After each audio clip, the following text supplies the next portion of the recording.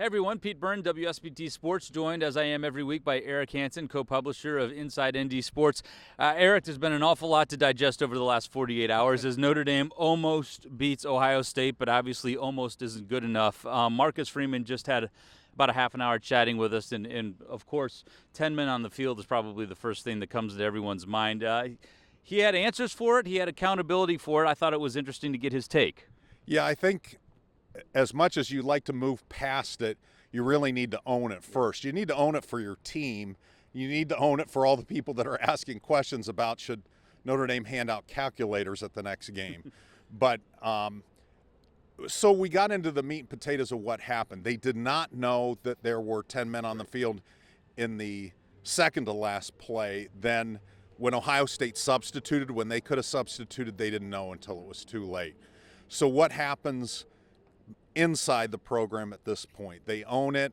They have now a signal to jump off sides and hit the player on the other team so that the play stops and that you can get that player on the field. From a mentality standpoint, it's a whole different ball game in terms of this has to really be the last day that 10 is the magic number in the locker room. Yeah, they're not for their mentality, and also, I mean, there is a signal to jump off sides, but I think it's pretty clear that they don't ever plan to be stuck with 10 guys on the field again. And given the stage on which it happened, it would be inexcusable for that scenario to happen again. From a mentality standpoint, and moving on, it's one of the things I asked Marcus Freeman about today is where his players are and then where he wants them to be, because there's a way to use this hurt and this disappointment for the better, but he's got a little bit of a massage job here. He does, and I honestly think, Pete, it's a blessing that Duke is good this year. Sure. That this isn't kind of a middling Duke. It's a 17th ranked Duke team. College game day is going to be back, so you got all the same characters down there, except kind of pushing for the other side. And so they're going to have great focus. They're playing a night game. We're going to have 4 consecutive night games. And so I think that's a good place to be. And I think the focus has to be how can we be better, not what went wrong in this Ohio State game. We're going to learn a lot about Marcus and his staff and his players to some degree over the next week, because we'll see how they respond.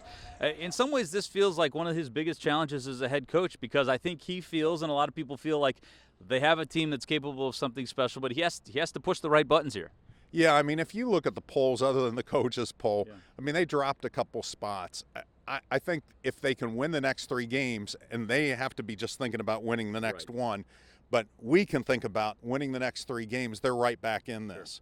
So it's really important from a mental standpoint, from a preparation standpoint, that they get this right. And it is a challenge for Marcus Freeman. I wrote a column late Saturday night into Sunday morning about, the next steps that Marcus Freeman takes are probably the most important he's taken since he's been the head coach here, because there's still a lot out there for this team. You still have Sam Hartman. You cannot waste this year of having a quarterback like that on your team. Now it starts this week with Duke, and you mentioned maybe a blessing in disguise that this is such a good opponent, because it will grab their focus right away. Once it has their focus and the focus of everyone else, let's talk a little bit about this football team, because I don't think anybody necessarily expected Duke to be undefeated coming into this and ranked so high, but this is actually a very good football team. They've given up 5 touchdowns all year. They gave up 1 to Clemson in their offense in a game that most everybody saw Labor Day weekend. They won by 3 touchdowns. Mike Elko, the former Notre Dame defensive coordinator, so it's a battle of former Brian Kelly hires after the Van Gorder disaster. And then on offense, their offense is a little bit underrated because Riley Leonard doesn't show up in the top of the pass efficiency ratings. And the reason why is they don't have a big downfield passing game, but they have a great short passing game, and he is the best runner, pure runner that they'll see this season, including Caleb Williams. Caleb can extend plays better than Riley and has the receivers to do it, but Riley Leonard averages 8 yards a carry. He's being talked about as a first-round draft choice in next spring's draft as a junior. So this is going to be a different scenario in terms of pass rush versus contain, how you want to deal with him. So it's a completely different strategy. You can't really take the template that didn't work and fix it from the Ohio State game for your Right. pass rush. You almost have to start from scratch on this one. Right, and this was going to be the gauntlet of the schedule, regardless of what happened a few nights ago. But it just maybe puts a little bit more focus on where they go from here. All right, he's Eric Hansen. You can check him out anytime at InsideNDSports.com, and he and I will both have much more throughout the week. You can also check us out anytime right here at WSBT.com.